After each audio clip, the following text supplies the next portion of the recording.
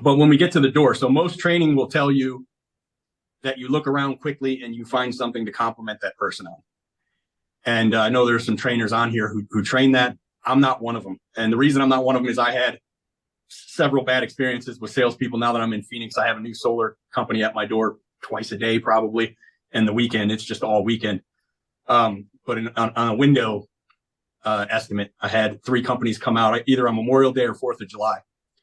And the first one that came in complimented my grass halfway up the yard as he walked on it after parking in my driveway, and looked right over at a picture of my family. And mind you, my wife is standing next to me and you can hear kids upstairs. And he gets like 4 inches from the picture and he's like, "Oh my goodness, are those your kids? Is that your family?"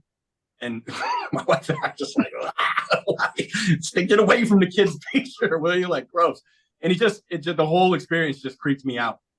And then, of course, he cared so much about our family and was so impressed with our situation. But then when it came time to say, "Hey, we need to do business right here, right now," and I said, "I'm not ready to do business right here, right now," the attitude came out. He actually let my door slam on the way out. I came here on a holiday on my like literally just completely a Jekyll and Hyde situation, and he showed his true colors. But the way he approached the situation in the beginning, I already knew his true colors. There was no surprise there that this guy didn't care about my family, right? And to be frank, when I first meet you at your home and I'm there for a plumbing maintenance call or something, I don't care about your family that much. It's like, it just is what it is. I don't know you.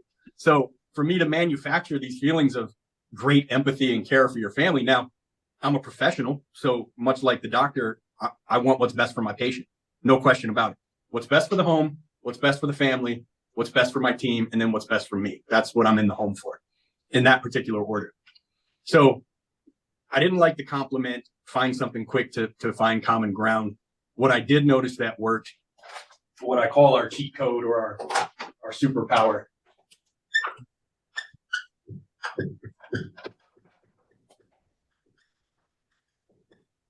A little bit more room to write than last week. Everybody read that? Yep. So who today went to the gas station and got hit with someone behind the counter and said, "Hey, thanks for shopping at Shell"? Anybody get that this morning? Everybody knows what I'm talking about, though. How warm and fuzzy did you feel after that person shouted that on your way out? Right? You could do without it. It's better than nothing, right? So there's a right way and a wrong way, or an effective way and an ineffective way, even to do gratitude. So the way that we train gratitude here is, I would say, put a sticky note on your dashboard that says gratitude. And on your way to a call, you touch that and you start thinking on the way there, why am I grateful that Mary Smith is alive today? Why am I genuinely grateful for this human being? Now, 2 things happen. It's not just manipulative. It's not just self-serving, but it is self-serving, because when you get there and you shower this mother of 2 housewife whose husband's at work all day with gratitude, who thinks it's probably the only big piece of gratitude she's going to feel all day? If she's my wife, it is. I'm trying to be a better husband, but it's when you step in the house and slip on the skateboard and you've been at work all day, it's hot outside. So we take people for granted in our lives, and you have to assume that home that you're in is the exact same way. So when you pour real, genuine gratitude out on someone, real good chance it's the first and only time they'll get it that day. What does that do for the connection with you?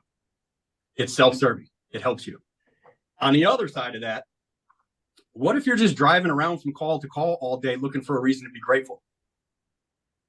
How does that change the course of your day? Give me a thumbs up if it's a good thing. Come on, do it. Oh, it didn't do it. There it goes. Yeah.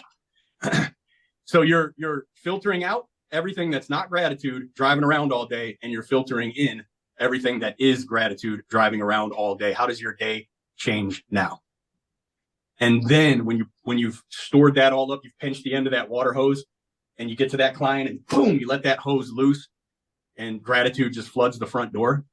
You're off to a completely different start with this human being than you would have been if you told her what a nice poster is hanging on the garage wall and she's not even into Queen, right? And her husband's into that band. Like, it's a corny way to make commonality.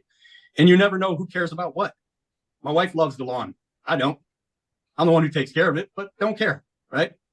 So This is our cheat code. This is our superpower. If we're focusing on that all day, every day, we're going to have a better day regardless of how much we sell that day. Correct?